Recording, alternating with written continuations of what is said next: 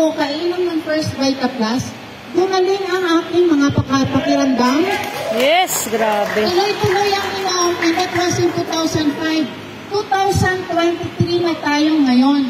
The reason na nandito ako sa harapan ninyo, dahil binuhay ako uli ng First Vita Plus. Yes, At grabe. nagpapasalamat ako ng lubusan sa angel ng buhay ko na nagdala sa akin ng isang power pack na siniko-siko ko pa ang janitor sa PJH na ngayon multi-millionaire. Yes, Hindi grabe. na siya janitor.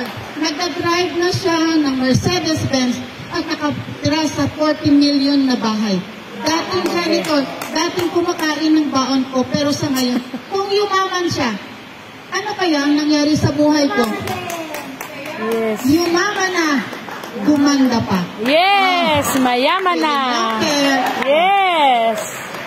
Diretso po tayo sa First Vita Plus. Interesado na po ba? Yes. Ano kaya ang First Vita Plus sa mga hindi po nakarinig? Okay? Palatang budget sa kalusugan, tama po? Yes. Ang kalusugan ay least priority sa lahat. May budget po tayo sa pagkain. May budget po ba tayo sa eskwelahan sa pagpaaral? Meron.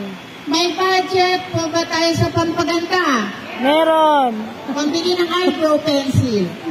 Yep. Mayroon. Mami, hindi tayo pwedeng bumaba ng bahay, hindi nakapulbo. May budget talaga. Pero walang budget sa kalusugan.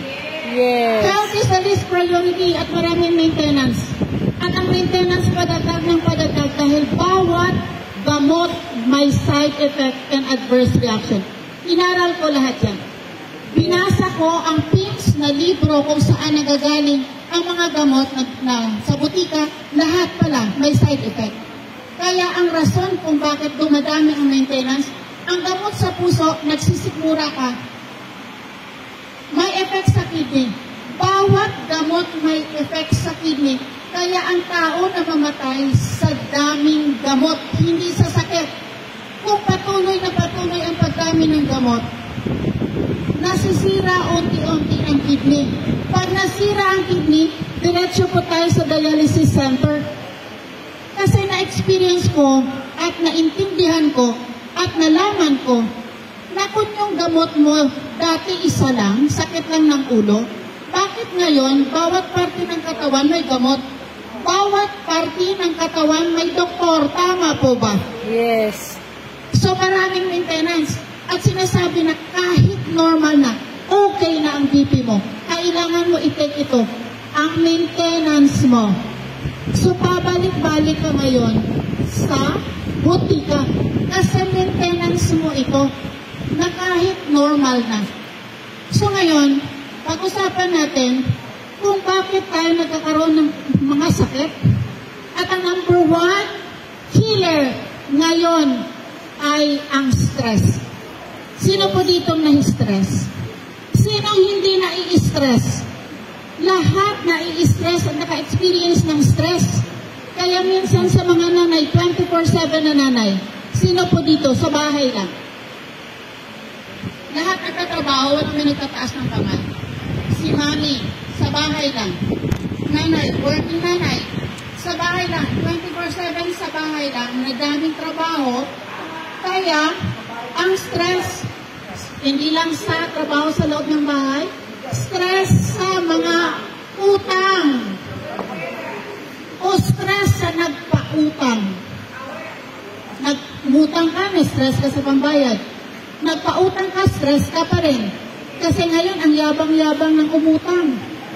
Umutang ng $1,000. Nagalit pa ng sinisingil. Ma'am, nagalit pa. Magantay na lang daw kung kailan babayaran. So, ang tatapang, so na-stress ka. Stress sa trabaho, stress sa sasakyan, sa traffic, stress sa ano pang bagay. Judith, kilala niyo si Judith? Judith, 15 na naman. Ayan, bayarin si Judith. Kakatok na naman sa nagpapaupa. Yan ang Judith natin. At marital stress, at family stress, hindi ba iwasan na magsagutan at mag-awayan? Ngayon, ano ang stress natin?